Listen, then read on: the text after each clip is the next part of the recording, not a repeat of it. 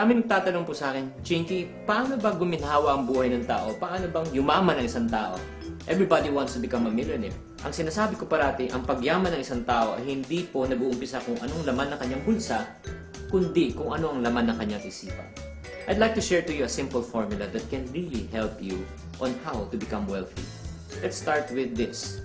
Mindset plus action equivalent to what we call as result. Ulitin po natin. Mindset plus action equivalent to result. Kung tayo po ay may negative mindset, tayo po rin magkakaroon ng negative action, negative din na magiging resulta ng ating buhay. Kung tayo naman po ay positive mag-isip, positive din po ang action, positive din po ang magiging resulta. Ang isang magandang halimbawa po ay katulad ng paano tayo pinapalaki ng ating mga magulang. Sinasabi sa atin ng ating mga magulang, anak, mag-aral ka mabuti para paglaki mo, maghanap ka ng magandang trabaho. Ano mo masama sa trabaho? Wala.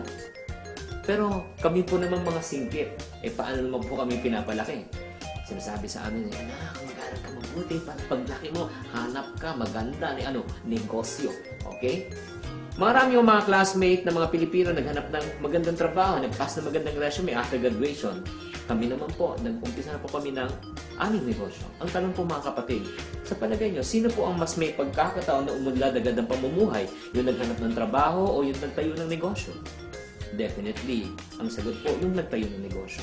Maraming nagsasabi naman, Chinky naman, wala naman kaming puhunan, wala naman kaming, let's say, connection. Pero sabihin ko sa inyo, ano pinagkaiba po namin? Pareho po kami ng paaralan, pareho ng pagkakataon. Ang pinagkaiba po, kung ano po ang mindset ng magulang sa kanyang anak. Ganun po kapangyarihan yung mindset. If we change our mind, we will change our life. So may mga katanungan, paano ba natin binabago ang ating mga mindset? Una, ang sinasuggest ko parati, kailangan po tayo magbasa ng mga positive na libro. Makinig tayo sa mga tapes or mga preaching or if not naman motivational speakers. Pangatlo, lumayo tayo sa mga taong negative at sumama tayo sa mga tao naman parating positive. Layuan niyo yung mga parating reklamo ng reklamo. Wala pong magandang maidudulot po sa buhay natin.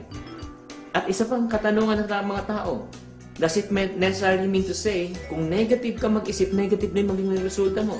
Definitely, yes. Kung negative po tayo mag-isip, negative din po ang ating action, negative din po ang ating result.